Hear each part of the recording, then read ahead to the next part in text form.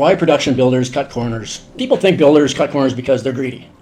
That's the easy answer. It's not what you think, and if you stick with me through this video, I think you'll understand why. I've watched good people who really wanted to build quality homes, ended up delivering houses they just weren't proud of. Not because they didn't care, but because the entire system leans them towards speed versus quality. Today I'm going to pull back the curtain and show you what almost nobody outside the construction industry ever sees.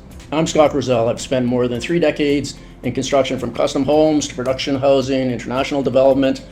I've built hundreds of homes, managed dozens of trades and projects, walked thousands of inspections. I've hired trades, I've fired trades, I've battled suppliers, I've fought schedules. I've lived the business every single day, and I pretty much understand every aspect of the industry. So today I want to explain something that may completely change the way you look at new home construction. It's not one bad decision. Most homeowners imagine one builder walking around saying, let's save money by doing a poor job. That's almost never how it happens. It's usually by 1,000 tiny decisions. Every day, a new decision made. Every delay creates another delay. Every missed delivery affects another trade. It's a domino effect for sure. Eventually, someone starts saying, just make it work. And that's how the quality starts to slip. That's often when you start seeing projects going sideways. Here's something most people don't realize. In many cases, the margins are surprisingly thin. They've got labor cost increases, interest on land keeps accumulating, and every delay costs money. Every day a home doesn't close, the builder loses money. That's just a fact. And that pressure gets passed down through the entire construction process. And then you got labor shortages. One of the biggest challenges today is finding skilled trades. When you're building hundreds of homes, your best crews aren't always available. Sometimes builders hire whoever they can find. They want to keep the whole machine moving, and they have to make decisions, not always good ones, but they have to keep things moving. So some crews are outstanding, others not so much. Unless someone like the construction supervising team catches mistakes early, those problems become disappearing behind the wall, behind the drywall. I do cover what you need to know and look for in my construction walkthroughs. I've got a series on my channel, so check that out, but I'm going to cover some of the areas right now. Construction is like a row of dominoes, as I said earlier. Framing, finishings, 2 days delayed, the HVAC gets pushed back, electrical gets pushed, drywall gets pushed. Now everybody's trying to catch up at this point. Nobody has enough time. Everybody's trying to make everybody happy, and rushed work almost always becomes lower quality work. That's just the way it is. The biggest problem isn't the bad people, it's the bad incentives that are driving this industry. Builders are rewarded for speed. Trades are rewarded for speed. Supervisors are rewarded for keeping the schedules.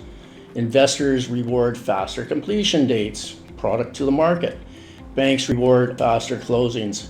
Very few people are rewarded for slowing down and taking care of the quality first and making sure that everything's perfect. That's the system everyone's dealing with. What I've learned building over 100 homes a year, and one of the biggest lessons I learned in my career had nothing to do with the concrete, lumber, or blueprints. It was about people. At our peak, we were building around 100 homes every year, single family, multifamily, and custom. To keep that pace, we had to recycle our money roughly every 6 months, and that became our build cycle. Cash flow mattered. If we kept with that kind of a build cycle, we could keep cash flow moving on to the next projects and working great. But I also never was willing to sacrifice quality just to build faster. So very early on in my career, I realized that if I wanted consistent quality, I needed consistent people. Instead of chasing the cheapest sub-trades on every project, we built long-term relationships. We paid our trades quickly, fairly, and in return, they wanted to keep us happy, because that was their next job. They knew if they produced the quality work, stayed on schedule, and took pride in what they did, they would get another project from us every single time. They also understood that our money had to keep moving from one project to the next, and that was understood. Nobody wanted to be the bottleneck in the process. I wasn't constantly looking for new trades. I had the same framers, the same electricians, same plumbers, the same drywall crews, and installation, and everything was just a system in place, and I loved it. They already knew what our standards were even before they stepped onto the job site. Just as importantly, they understood our site supervisors were adamant about the quality. They wanted to make them happy. They understood exactly what quality meant to our company. The trades respected them. Everyone knew what was expected.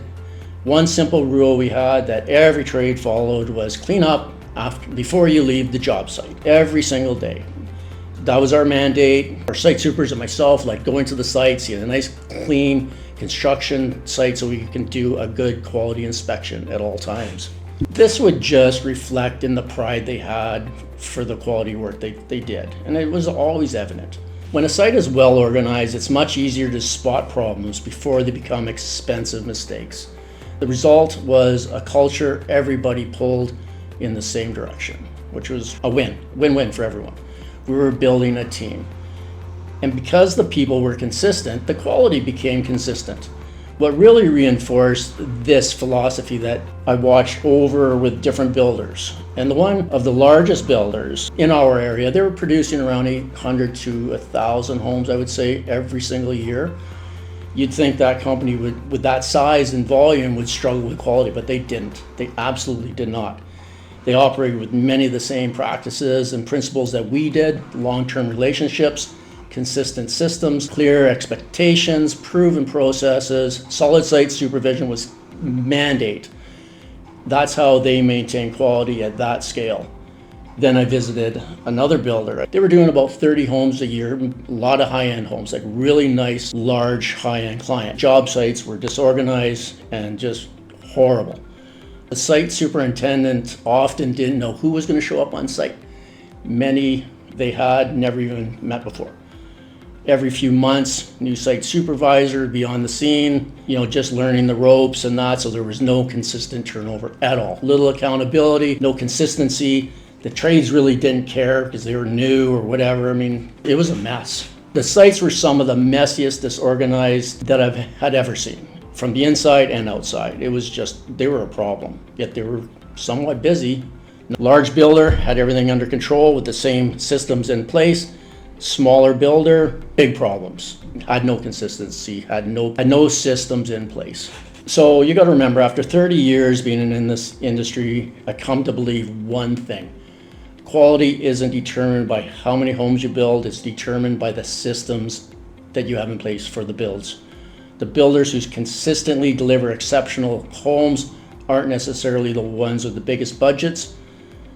They're the ones with the best people and the best systems. Because at the end of the day, quality isn't something you inspect at the home at the very end of the stage. It's something that has to be consistent every day.